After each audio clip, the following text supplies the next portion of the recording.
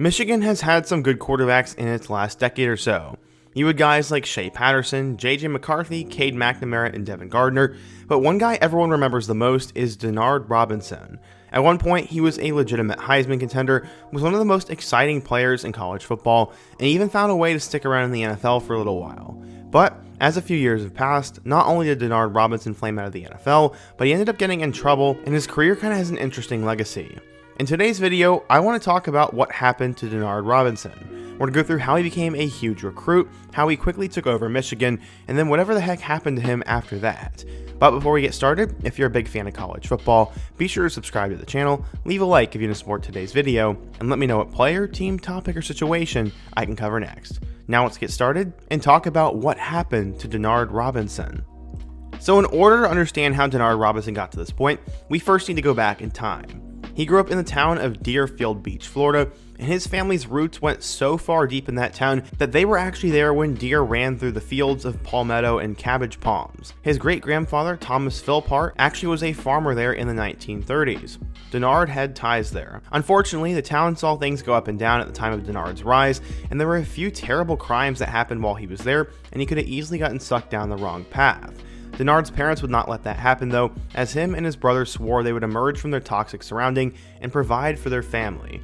But tragedy would strike. His brother fell off his bike and ended up passing away due to internal bleeding, and that day changed Denard's life. He said, quote, "I took everything more seriously after that. That's when Robinson made a promise, I will make it out for the both of us." Robinson could not outrun his loss or the helpless feeling inside of him, but he could outrun nearly every kid on the football field, and a legend was born. When Michigan's quarterback coach Rod Smith went down to Florida and asked to speak with Denard Robinson, he quickly learned that his recruiting target went by a different name. The story goes that Denard had not tied his shoelaces since elementary school. Not for football games, not for track competitions, not for everything. To everyone in Deerfield Beach, everyone but his mother that is, there is no Denard, it is just shoelace. He's the product of a father's hard work and a mother's loving protection, and a ton of hard-nosed coaches who pushed him and remained critical of every move. Denard was just 10 or 11 years old, and after his team lost, he was their quarterback. He could have won that game, he could have been better, so it must have been his fault, he told himself. It wasn't any of his teammates' fault, it wasn't his coaches, it was his. He couldn't stop thinking about that as his parents drove him home, and he had to get better. He asked his dad what he needed to do, and his dad was the hardest working person he knew, so he knew how to get better. So how did that whole shoelace thing came to be? Well, he played every game with his shoes untied, and kids would go for his shoes on tackles, and he'd come up to the huddle in just socks. His coach couldn't stand it at first, and neither could his parents, as they'd tie wristbands around his shoes, and when that didn't work, they tried athletic tape. They even rolled his socks over his shoes. He was a marvel, and he wasn't even finished with 6th grade yet. A lot of kids are fast, skilled, and talented, but what made him different? His head coach said, quote, "He listened. That's the difference." We had some guys on that team that didn't listen, and Denard's attitude was always great, and that's why you know he's going to go somewhere. One story in particular showed his will to win and to be big time. His coach said, quote, "We were on the 1-yard line and couldn't get it in because the offensive line wasn't blocking. He comes up to me and says, 'Coach, put me in. I'll block.' And I said, 'Are you for real?' And he was for real." He was a superstar in high school and was starting to get looks from big-time college programs, but they were confused where he would play. He was a gifted athlete who could also play wide receiver or defensive back. He wanted to play quarterback at the next level though, as quote, "Shoelace runs a 4.3, has a cannon for an arm, and is very smart. He can play quarterback anywhere in college." That's what one scout said. After throwing for 2,000 yards and running for nearly 500 more yards on the ground his junior season, colleges took notice of his 19 touchdowns he had at Deerfield Beach High School. But not everybody thought he was big time. Robinson said, quote, "I was told I couldn't play college football. I was told I couldn't play college quarterback. I was told I was too short, and I was told I couldn't make it at a school like Michigan." As I said, he'd get many looks from big time programs, and many were hoping that Urban Meyer could land him at Florida, but Michigan saw him as the perfect fit. Michigan's head coach said, quote, "When I saw him running around doing those things and running the option and running the zone read, I thought, man, this kid is the closest thing to Pat White I've ever seen." But they already had 2 quarterback commits, and after one recommitted, they got Tate Forcier. Then though, one quarterback flipped to Tulsa, and they had another spot and went all in on Denard.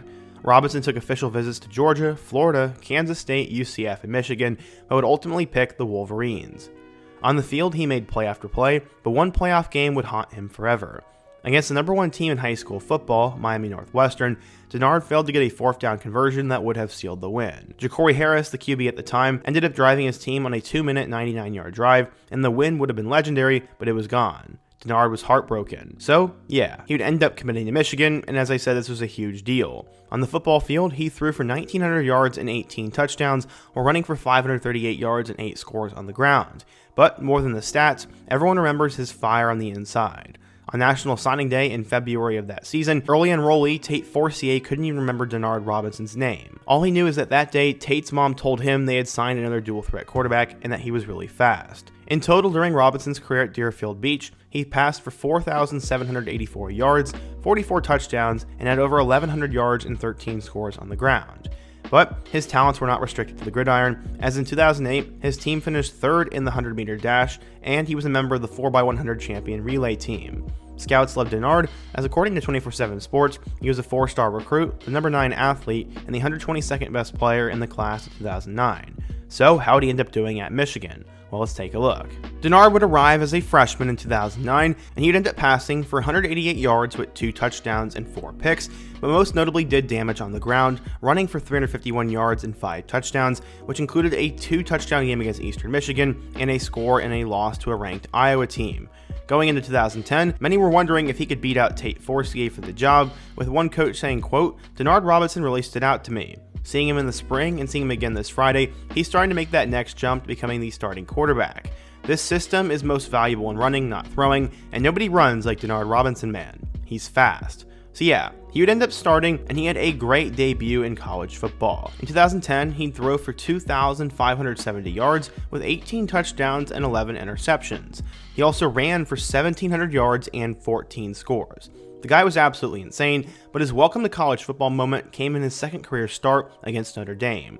He ended up scoring a game-winning touchdown with just 27 seconds left to beat the Fighting Irish and over 500 yards of offense. He became the first player in NCAA history to throw and rush for 1,500 yards in the same season, and he also set the NCAA season record for rushing yards by a quarterback, 1,702, and broke Drew Brees' Big Ten record for total offensive yards. This guy would win the Big Ten Player of the Year and finish 6th in the Heisman Trophy voting. After this, he said, quote, "Rich Rod was one of the few coaches that gave me a chance to play as a quarterback on the next level, but after talking to my parents and brother in high school, coach, I've decided I'm going to stick it out in Ann Arbor. This is my family, and this is my home now." Wait, so what am I talking about here? Well, Rich Rodriguez was no longer the head man at Michigan, so in came Brady Hoke. He was a hotshot coach from Cincinnati who was hoping to turn the Michigan football program around. In 2011, Denard would fall off a bit, as he would rush for 1,200 yards and 16 touchdowns, but he only ended up passing for 2,100 yards and 20 scores with a career-high 15 interceptions.